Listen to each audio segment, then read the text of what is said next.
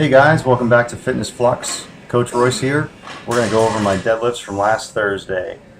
Funny thing, I was actually supposed to squat that day, and what I had been doing is I had substituted and just done squats once a week, and I pull afterwards if I feel up to it. And the reason for that is because of what I was feeling in my shoulders. For those that don't know that are watching this, both of my labrum are torn in my shoulders. So some days feel better than others. For the most part, heavier deadlifts were not feeling all that great in my shoulders. It didn't feel safe, so I decided for safety, and with my surgery coming up on my right shoulder soon, that I'll back off of heavier deadlifts. But they felt really good this day. And I said, to hell with it. I'm going to go and deadlift and see if I can go heavy. So that's what I did. I broke protocol, I skipped squats, and went right to conventional deadlifts. Now, I'm deadlifting in my Crains, my deadlift slippers here.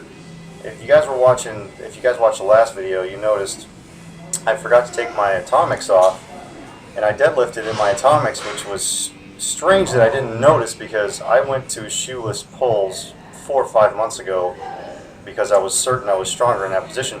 What I noticed last week was I felt really, really strong and mechanically sound with my atomics on, and you know, I have really long legs, so I'm wondering if I was able to get more leg drive with the higher heel shoe. So now I'm really curious about that. Anyhow, here's 405. Felt pretty good. Shoulders felt great. I said, what the hell? I'm going to go heavy. I'm going to go for singles, and if I feel up to it, maybe I'll set a PR. So 435, I've only ever done this, I think this weight or heavier, I think 3 times on conventional pulls, and it felt good.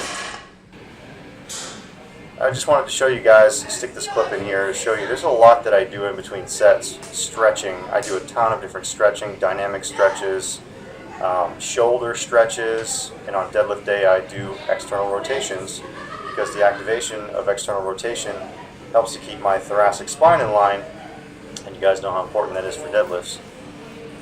Anyway, again, just sticking that clip in there to show you that there's a lot that goes on behind the scenes that you guys don't see, and you should also be doing a lot behind the scenes to prep for your sets.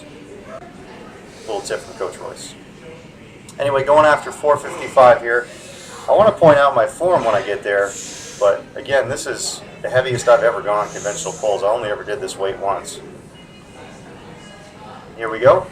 Watch the form. That's my roundiest position. Back to the start, and I'll show you again.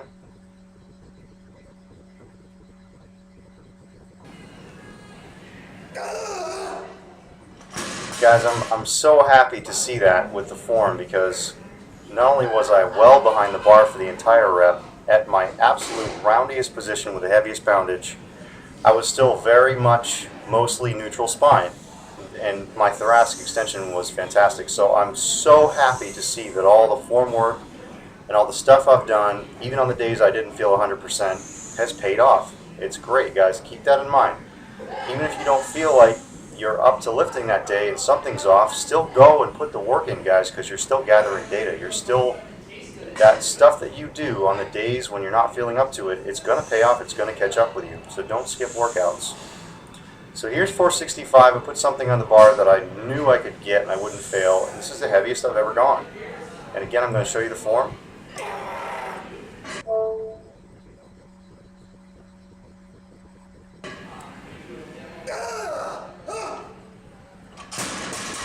Guys, I'm so happy with that pull. I can't even tell you. Just the form was really good.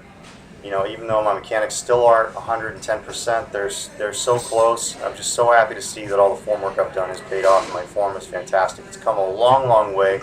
Conventional pulls were basically my nemesis. It's always been a weaker movement of mine, but it's finally developed. I'm finally at a point where I'm ready to progress. So anyway, what I did was a back off set. I went down to 405, just going to do some reps, and it just mechanically didn't feel, something was off.